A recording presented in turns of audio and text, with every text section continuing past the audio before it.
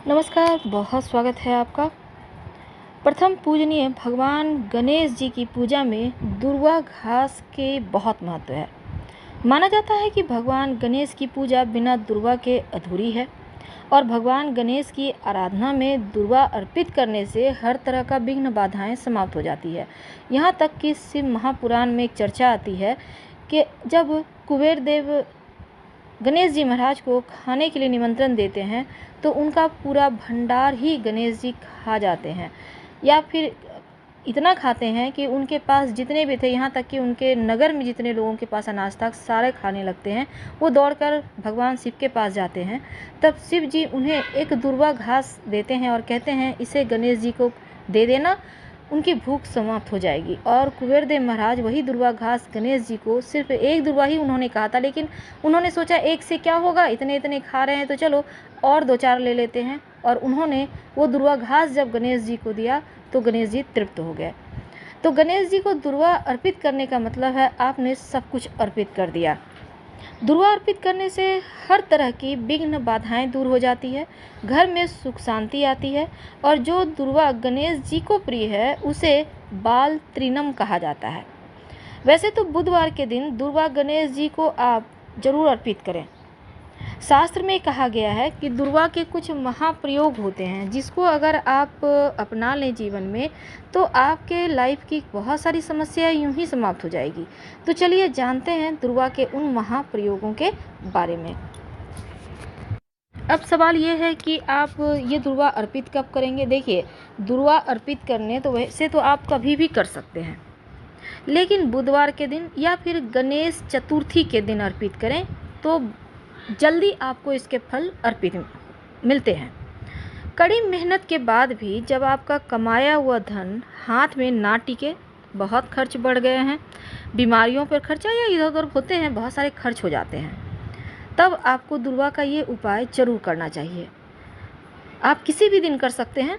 याद रखिए, आर्थिक तंगी से बचने के लिए, धन बचने के लिए, बैंक बैलेंस बढ़ने के लिए, धन संचय के लिए भगवान गणेश जी और माँ लक्ष्मी को कोई भी शुभ मुहूर्त या फिर गणेश चतुर्थी के दिन 5 दुर्वा में 11 गांठें लगाकर अर्पित करें। याद रखिए, 5 दुर्वा ले लें, उसमें 11 गांठ लगाएं और अर्पित कर दें। ऐसा करने से पैसों की समस्या समाप्त हो जाती है और धन बचने लगता है। अब सवाल ये भी है कि दुर्वा में 11 गांठ लगाएंगे कैसे। देखिए, आप चाहें तो दुर्वा घास में ही लगा सकते हैं। अगर आपको लगे कि ऐसा नहीं कर पा रहे तब आप 5 दुर्वा लेकर आप एक माला बनाकर भी उनको सफ़ेद धागा, याद रखिए सफ़ेद धागा में या लाल धागा में बनाकर गणेश जी को पहना सकते हैं।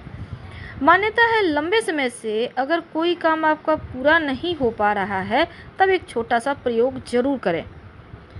कैसी भी मनोकामना हो, कैसी भी समस्या हो, कोई भी मन्नत हो, लेकिन जायज़ मन्नत मांगिएगा। अब ये नहीं कि आपने कुछ भी मांग लिया, आप प्रधानमंत्री बन जाए, मुख्यमंत्री बन जाए। ऐसा मांगिए जो जायज़ हो, जो भगवान पूरा कर सकें। यकीन मानिए वो ज़रूर पूरा हो जाता है। क्या करेंगे, दुर्वा घास को गाय के दूध में मिलाकर उसको लेप बना लें। यानी कि उसको आप चाहें तो दुर्वा घास को गाय के दूध के सहारे पीस लें। मिक्सी में भी कर सकते हैं, कोई दिक्कत नहीं है। कितना दुर्वा लेंगे आपकी मर्जी है, 1 भी ले सकते हैं, 5 भी ले सकते हैं।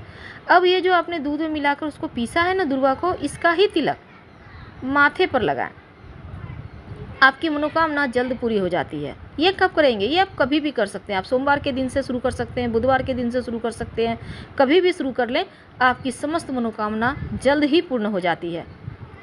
अब एक अभी के इस आधुनिक युग में एक और सवाल है कि परिवार में अपनापन बना रहे, घर में सुख शांति हो, तब आप गाय को दुर्वा खिला सकते हैं। ये शुभ माना गया है। अपने हाथों से दुर्वा ना मिले तो घास भी खिला सकते हैं, लेकिन हरा चारा खिलाने से घर में सुख शांति रहती है।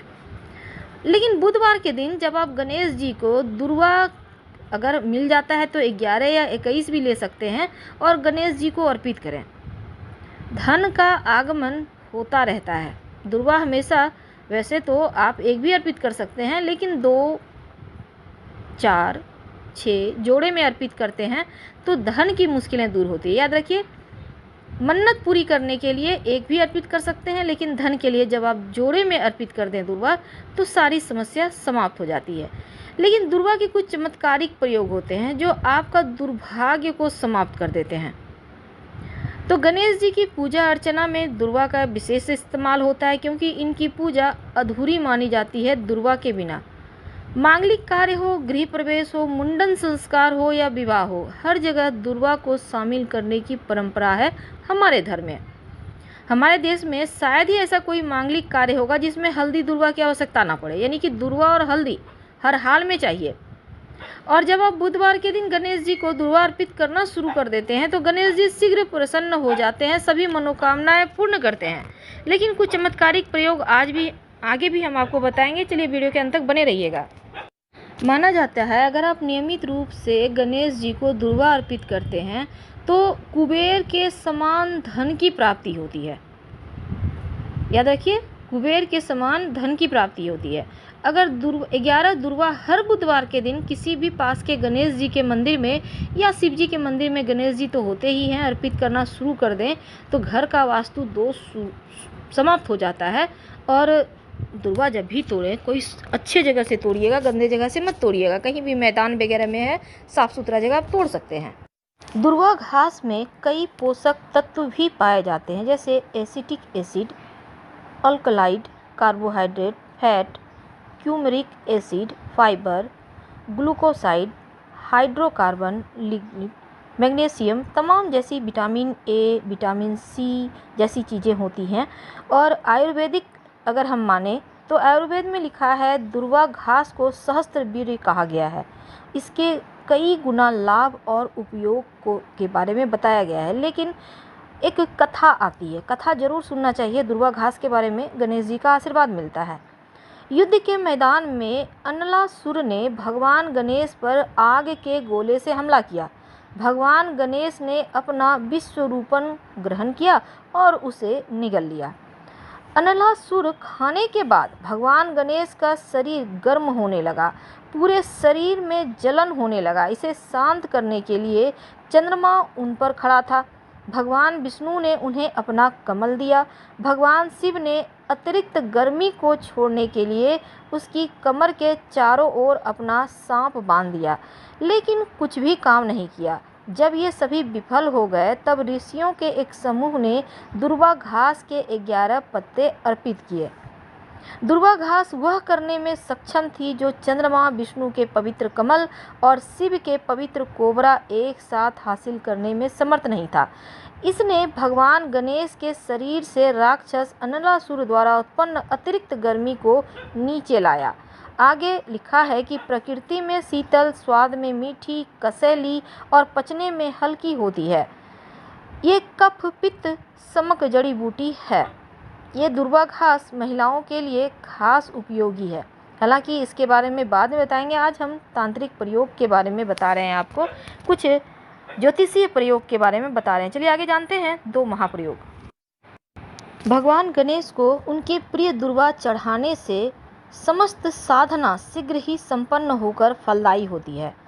बुधवार या अमावस्या के बाद आने वाली शुक्ल पक्ष की चतुर्थी तिथि, जिसे हम विनायक चतुर्थी कहते हैं, इस दिन अपनी मनोकामना की पूर्ति के लिए भगवान गणेश के समक्ष 21 दुर्वा की गांठ अर्पित करें और फिर मंत्र बोलें। ध्यान रहे, 21 दुर्वा को इकट्ठा करके एक ही गांठ बनाना है। सबको आप इकट्ठा करके किसी सफ़ेद धागा या लाल धागा के सहारे बांध लें और गणेश जी के सिर पर ही हमेशा दुर्वा घास रहता है। आप उनको माला भी चढ़ा सकते हैं, लेकिन पैरों में नहीं अर्पित करना चाहिए। तो दुर्वा अर्पित करने का मंत्र है श्री गणेशाय नमः दुर्वा कुरान समर्पयामि। इस मंत्र को बोलकर अगर आप दुर्वा अर्पित करते हैं तो समस्त मनोकामनाएं आपकी पूरी हो जाती है। अगर आपका बनता कार्य बार बार बिगड़ जाए तब एक छोटा सा काम करें। बुधवार के दिन भगवान गणेश को दुर्वा अर्पित करें।